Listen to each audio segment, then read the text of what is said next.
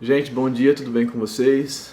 Como vocês estão aí? Bem-vindos ao nosso Dose Diária de hoje. E hoje eu queria fazer uma espécie de meia-culpa, não meia-culpa, uma revisão de umas coisas que eu falei sobre as questões da traição, da honestidade no casal e tal, e tentar abrir outros campos de discussão sobre isso. Por que eu tô fazendo isso? Eu fiz um vídeo chama Ele é Casado, mas está apaixonado por mim, em função de várias mensagens que eu recebi, textos e relatos de pessoas vivendo relações com pessoas casadas, e nesse vídeo eu fui um pouco irresponsável, ou bastante irresponsável, um pouco leviano, um pouco acelerado, assim, eu abri poucos campos de rebatimento, assim, de reflexão, eu acho. Poucos, eu acho que eu fiz isso. Eu acho que eu fui um pouco simplista, é isso que eu fui. E eu apontei para uma questão de gênero, para a questão do machismo e tal, porque eu acho que não tem como não apontar para isso. Apontei e elaborei pouco. E aí, em função disso, eu recebi algumas mensagens privadas e, especialmente, alguns comentários no vídeo muito interessantes. Isso, falando sério, assim, com vocês,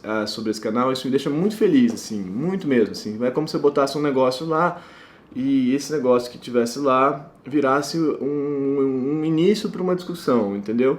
Que eu não domino mais, que eu não tenho, então é como se você abrisse um campo, né? Abrisse um campo. Isso acontece nas redes, mas eu acho que nesse canal isso acontece de um jeito muito rico, entendeu? Então, e muito respeitoso, com muito respeito, com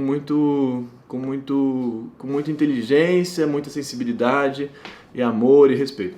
Então, eu fico muito feliz. E aí eu fiquei lendo os comentários depois e eu queria falar um pouco sobre o que eu pensei lendo esses comentários, tá?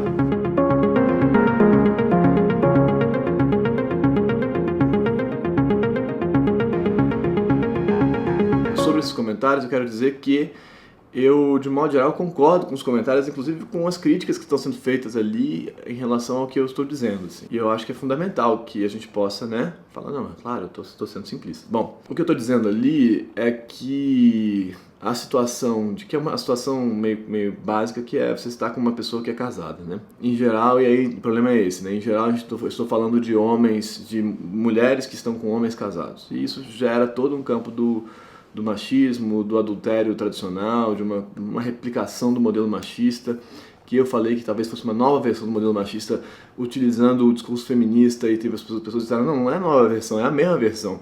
E talvez seja verdade. Eu falei também de relacionamentos homossexuais nessa situação, não só heterossexuais, mas que então, e aí pareceu que eu estava dizendo de homens casados com mulheres que estavam tendo casos com homens, mas não era isso, eu estava falando de homens casados com homens que estavam tendo casos com homens, mas enfim, tudo bem. O problema é que se coloca aí é que a gente levanta a questão da honestidade e da verdade e como valor fundamental. E eu estava falando ali que eu não queria moralizar não queria moralizar a questão da traição. Não era a minha intenção fazer isso.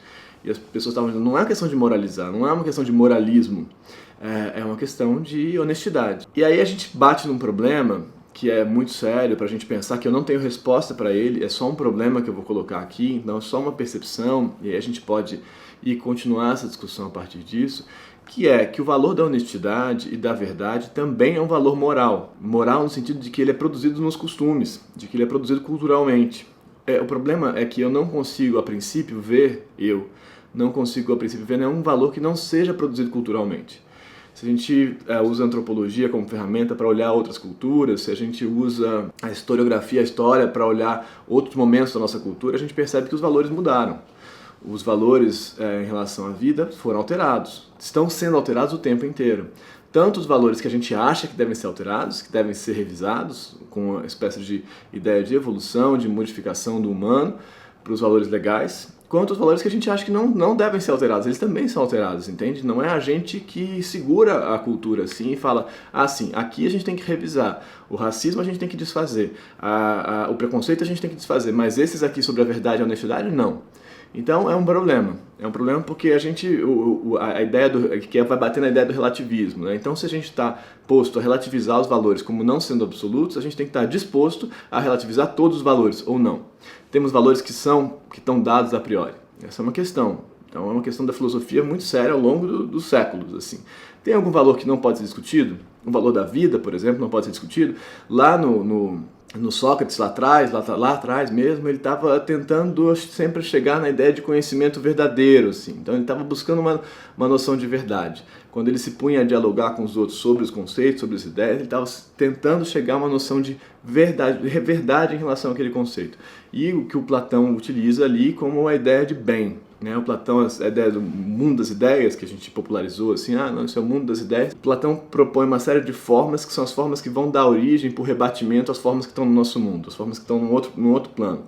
E o mais interessante é que a forma fundamental que está nesse outro plano, a forma que dá origem ao troço todo, é a forma de bem. É o bem. O bem é a ideia original. Então, quando a gente pensa a estrutura do mundo, a organização do mundo, a gente está pensando uma organização que é, em certo sentido, formal, estética, assim, como é que é o mundo, como é que é uma cadeira, como é que é uma mesa, como é que é uma pessoa, como é que é um homem, como é que é um cachorro, mas a gente está pensando também uma noção ética de organização do mundo, porque a ideia original é a ideia de bem. A ideia de bem, então, é uma noção de estética, no sentido de forma, estética, assim, formal, e ética, é o bem que é a ideia original. Isso está lá para Platão.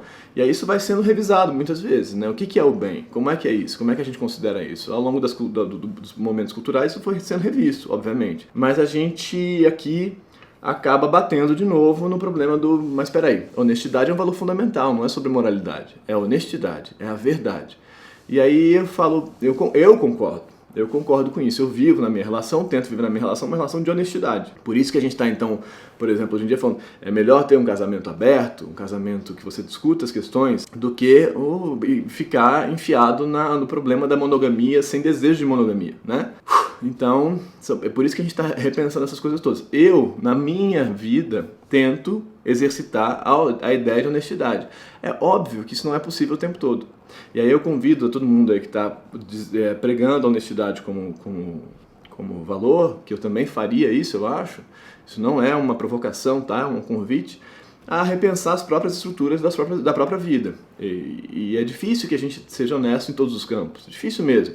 Então qual é o limite disso? Meu analista essa semana me falou, eu tive uma discussão em casa, por conta de um conteúdo que eu coloquei, e ele falou, mas por que você precisa ter essa espécie de compulsão, que é o sincericídio, Essa compulsão por dizer tudo? O que te traz isso? Isso é sobre a honestidade? Isso é sobre a relação?